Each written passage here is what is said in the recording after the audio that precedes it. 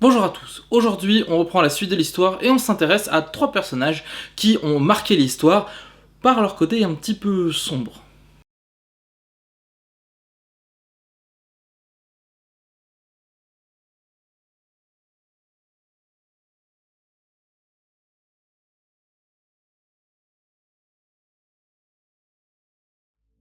Devenu Dark Sidious, Palpatine doit maintenant subir l'entraînement de Dark Plagueis visant à renforcer sa maîtrise de la force, ses capacités de combat mais également ses talents de politicien. À de nombreuses reprises, sur la planète gelée Migeto, il devra répéter à Plagueis, vraiment de manière un petit peu inlassable, comment il a tué sa famille pour faire grandir la haine et la colère au sein du jeune homme afin d'en faire un véritable Sith. De son côté, Plagueis est parfaitement conscient que suivre la règle des deux implique qu'un jour Palpatine devra le tuer. Il n'est pas vraiment d'accord avec cette règle, il dit que c'est un petit peu con pour un formateur de former son propre meurtrier. Lui, il se voit plus comme une sorte d'éminence grise dirigeant la galaxie dans l'ombre, pendant que Palpatine est un personnage public qui œuvre dans l'intérêt des Sith. Alors, il se dit que la meilleure solution pour arriver à ça, c'est de ne absolument rien cacher à son apprenti, tout lui dévoiler, qu'il n'y ait pas de jalousie, de compétition entre les deux individus.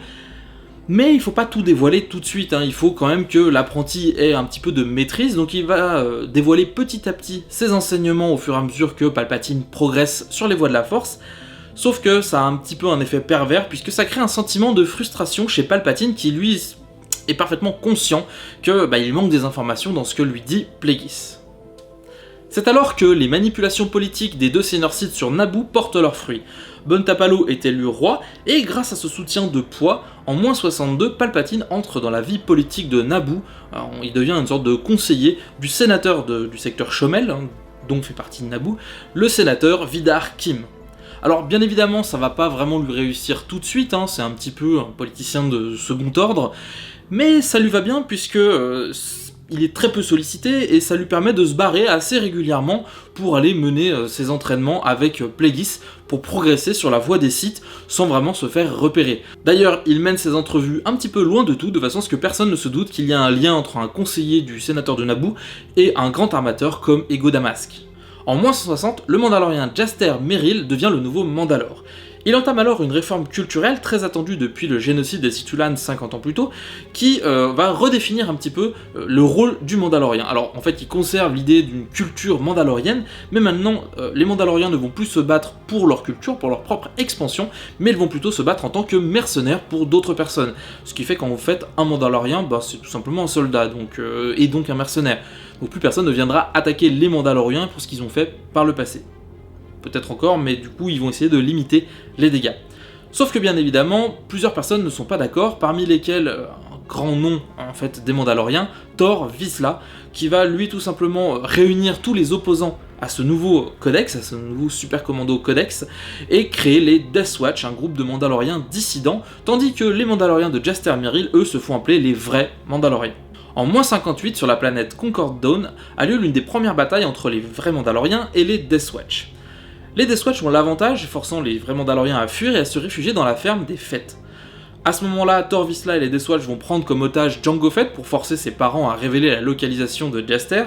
S'ensuit un échange de tirs au cours duquel les deux parents sont tués et la ferme est incendiée. Suite à ça, Jango décidera de rejoindre les vrais Mandaloriens. Après l'incendie de la ferme, les Death Watch considèrent que les vrais Mandaloriens sont tous morts, et ils partent dans la ville voisine pour fêter leur victoire. Sauf que les Mandaloriens se sont regroupés et mènent une contre-attaque durant la nuit, où ils vont tuer la quasi-totalité des Death Watch. A ce moment-là, Thor Vizsla va quand même réussir à s'échapper, et Jango sera recueilli et élevé, on va dire, par Jaster Merrill. En moins 54, alors que Palpatine est en mission sur Dathomir, une sœur de la nuit va lui confier son propre enfant, un jeune Zabrak du nom de Maul. Employés depuis des siècles par les Sith pour leur prouesse martiale et leur endurance, les Zabraks sont des mercenaires d'élite au sein des armées Sith. Donc immédiatement, Palpatine se dit qu'il pourrait faire quelque chose de ce garçon, et il décide de le placer sur Mustafar, à la surveillance en fait d'un droïde, pendant qu'il va négocier avec Plagueis le droit d'élever le gamin. Alors, il obtient de Plagueis le droit de l'élever comme un assassin Sith, et ne doit en aucun cas le former à quelque chose qui pourrait être dangereux pour les deux seigneurs Sith. Il veut quand même pas que cet assassin se retourne contre eux.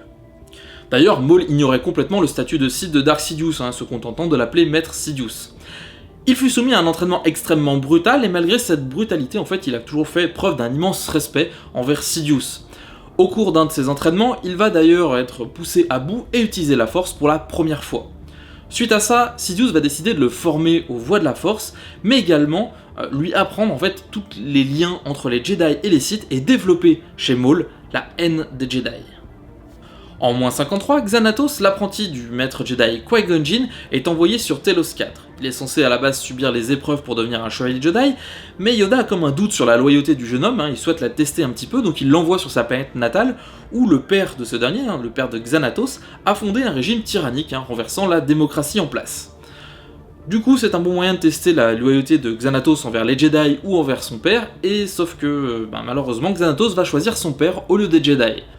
Pour mettre fin à la tyrannie, Qui-Gon n'aura d'autre choix que de tuer Cryon, ce qui va bien évidemment attiser la haine de Xanatos envers lui. S'en suivra un duel entre les deux Jedi, et même si Qui-Gon a largement le dessus, il ne pourra se résoudre à tuer Xanatos et le laissera partir sans rien dire au conseil. Après ça, Xanatos devient une personnalité importante de Telos. Il s'emploiera ardemment à laver l'honneur de son père et reprendra les rênes de la société Offworld. Bon, bien évidemment, il va pas rester tout blanc tout le temps, et il va créer une sorte de gigantesque escroquerie à l'échelle planétaire, créer une sorte de faux jeux d'arène complètement truqués, qui vont servir surtout à alimenter les caisses de sa société pour des dessins plus ou moins louables. Nous sommes en moins 52 et il est grand temps de mettre en place le grand plan des Sith. La situation politique est extraordinaire, la plupart des habitants de la République et de la bordure extérieure considèrent que les citoyens sont corrompus, la sécurité est vraiment très précaire, et vraiment tout le monde est prêt à mettre de côté la démocratie pour voir émerger un leader fort, puissant, instaurer un régime tyrannique. Afin de mettre en place les derniers pions, Plagueis va ordonner à Palpatine de tuer le sénateur Vidar Kim, alors sénateur de Naboo, et Palpatine va utiliser l'assassin Sat Pestage pour mener cette mission à bien. Suite à ça, de nouvelles élections sont déclenchées, et c'est Palpatine qui obtient ce poste, qui devient le nouveau sénateur de Naboo, et qui va enfin pouvoir s'installer sur Coruscant. D'ailleurs, on pourra noter qu'au moment où il s'installe sur Coruscant, il va emmener avec lui plusieurs objets un petit peu ésotériques, qui ne seront pas vraiment contrôlés par la douane. Grâce à sa nouvelle position, Palpatine se fait de nombreux amis parmi les sénateurs, mais également certains parmi les Jedi, notamment le fils de Vidar Kim, Ronar Kim, avec qui il entretiendra une amitié de près de 3 décennies. C'est cette même année que les Death Watch refont leur apparition et mènent une offensive contre les vrais Mandaloriens sur Korda. C'est une hécatombe, de nombreux Mandaloriens sont tués, notamment Jaster Merrill qui a été un petit peu abandonné sur le champ de bataille par Montrose. Montrose qui derrière va essayer de récupérer le poste de Mandalore, mais finalement Django va arriver et le confondre, le dévoiler qu'en fait il l'a abandonné tout simplement pour pouvoir prendre à terme le poste de Mandalore, et c'est Jango Fett qui est désigné comme nouveau Mandalore. À l'âge de 10 ans, Maul est envoyé à l'académie d'Orsis pour parfaire sa connaissance du combat. Il a déjà un très bon niveau et du coup il ne tarde pas à se faire des rivaux parmi les autres enfants présents. Il y restera de nombreuses années en ayant toujours interdiction d'utiliser la force pour éviter de dévoiler sa vraie nature, et Palpatine n'hésitera pas à le tester, à le mettre à l'épreuve à chaque fois qu'il lui rendra visite. Après de nombreuses défaites contre les Mandaloriens, Tor Vizsla va maintenant tenter d'impliquer les Jedi dans un nouveau complot.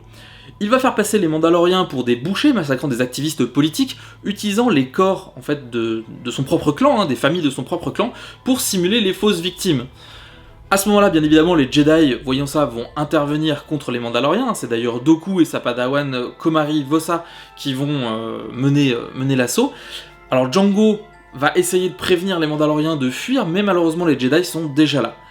Va s'ensuivre une bataille au cours de laquelle Fett va s'illustrer en tuant pas moins de 6 Jedi en utilisant uniquement ses poings, ses pieds et son armure, sans aucune roquette, sans aucun blaster, sans aucune arme.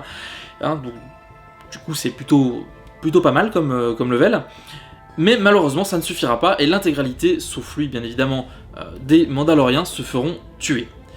Il est alors rendu au gouverneur de Gilandra qui n'hésitera pas à le déposséder de son armure et à le vendre comme esclave. La même année, Qui-Gon recroise la route de Xanatos au cours d'une réunion visant à apaiser les tensions entre la société Offworld, celle de Xanatos, et la société Arcona Harvest. Alors Xanatos lui prétend qu'il s'est rangé du bon côté, que du coup tout va bien, qu'il n'y a plus à s'inquiéter, sauf que bien évidemment il n'en est rien, et d'ailleurs il va même enlever Obi-Wan. Tout ça c'est un piège puisque Qui-Gon va se lancer à sa poursuite, bien évidemment, et ils vont atterrir dans une mine piégée, complètement piégée, bardée d'explosifs, que Xanatos va bien évidemment faire péter. Sauf que, grâce à Obi-Wan, il s'en sortira sans dommage. Quelques temps plus tard, Xanatos utilise Brook Chun, un jeune novice du Temple Jedi, fils du trésorier de Telos, pour foutre un petit peu le bordel dans le temple, pour en gros faire des diversions, de façon à ce que lui-même puisse s'introduire dans le temple. D'ailleurs, l'un des sabotages de Brook manquera presque de tuer Yoda, vraiment d'un cheveu.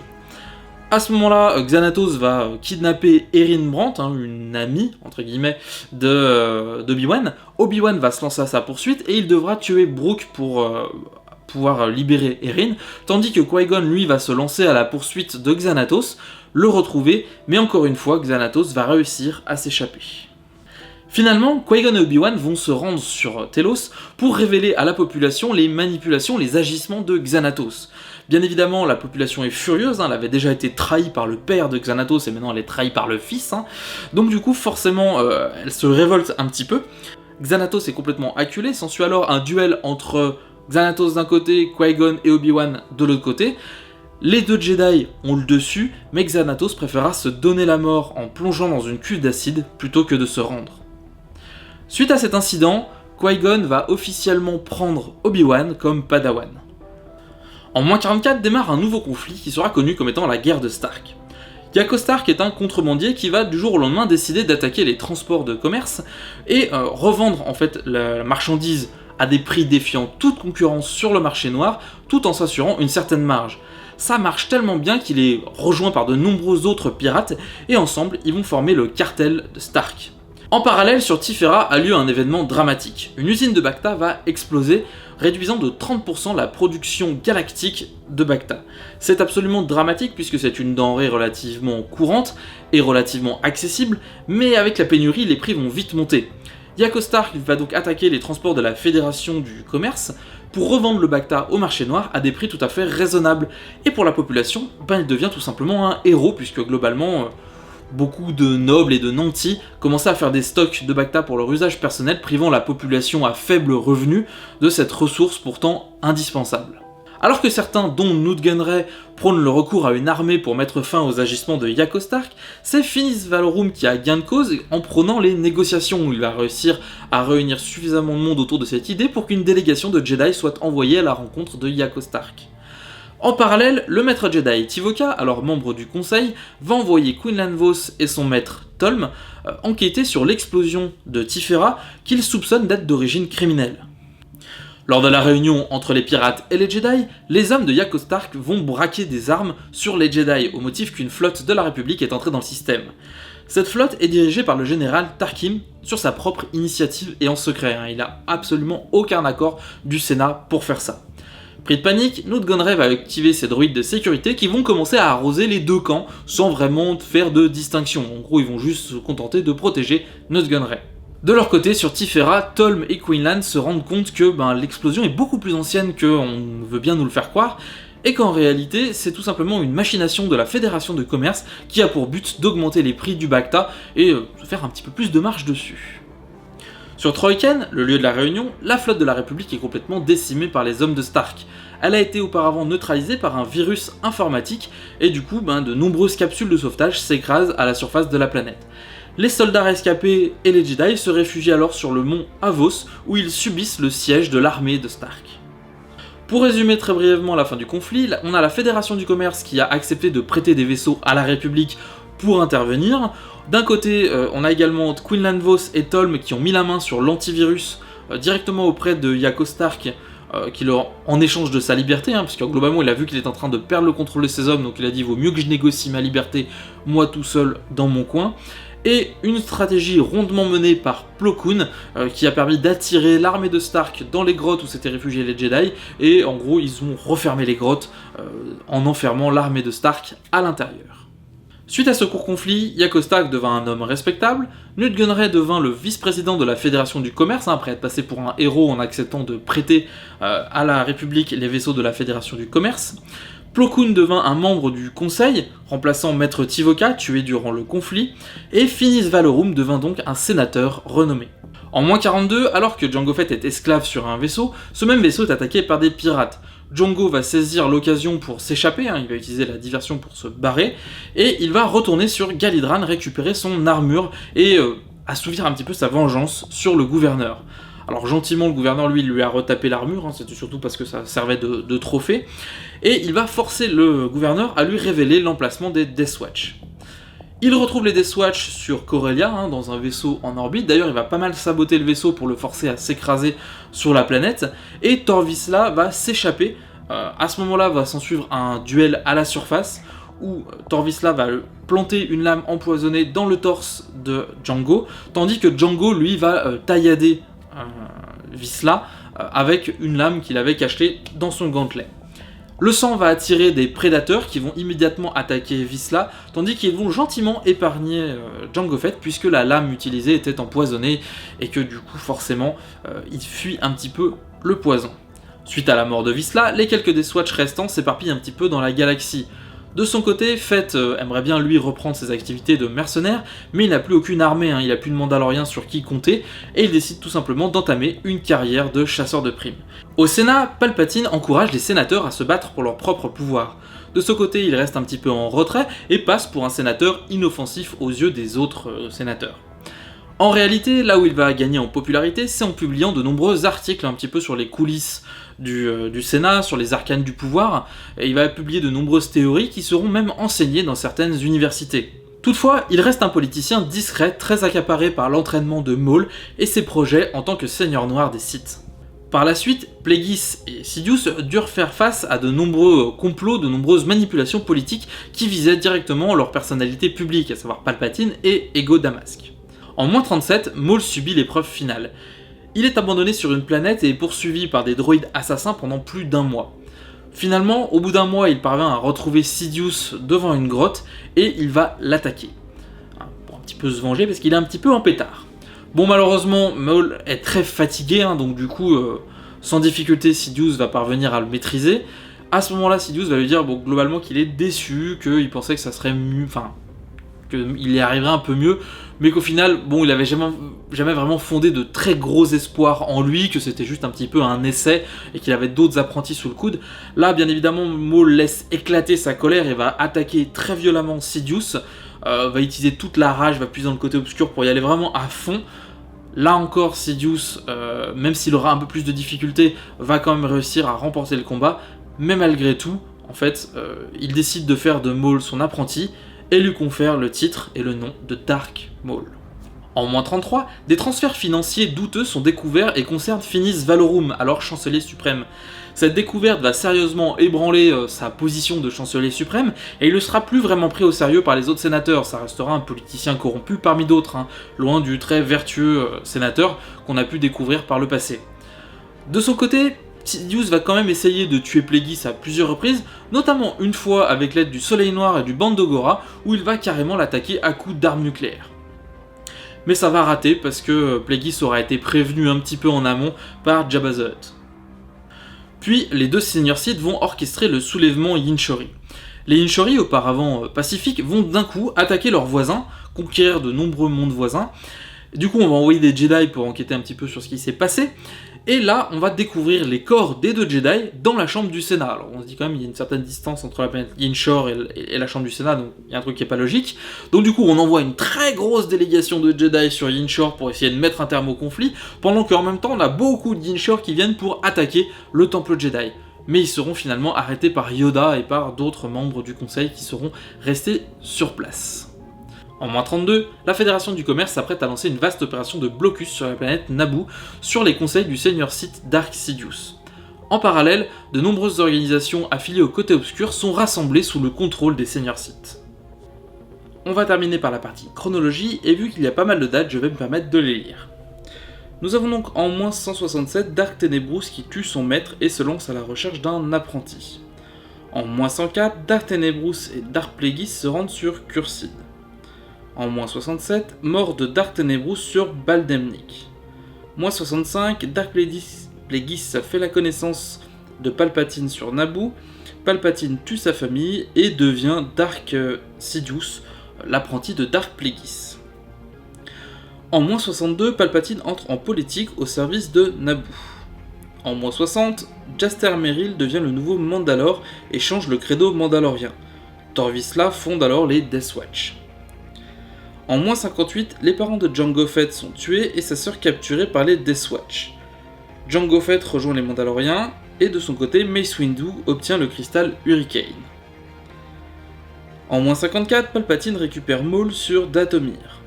Moins 53, Xanatos trahit les Jedi.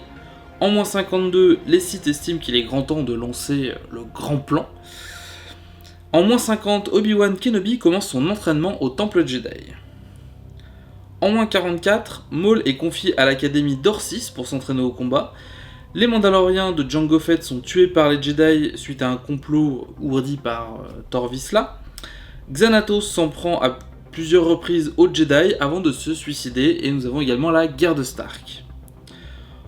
En moins 42, nous avons Jango Fett qui prend sa revanche sur Tor Vizsla.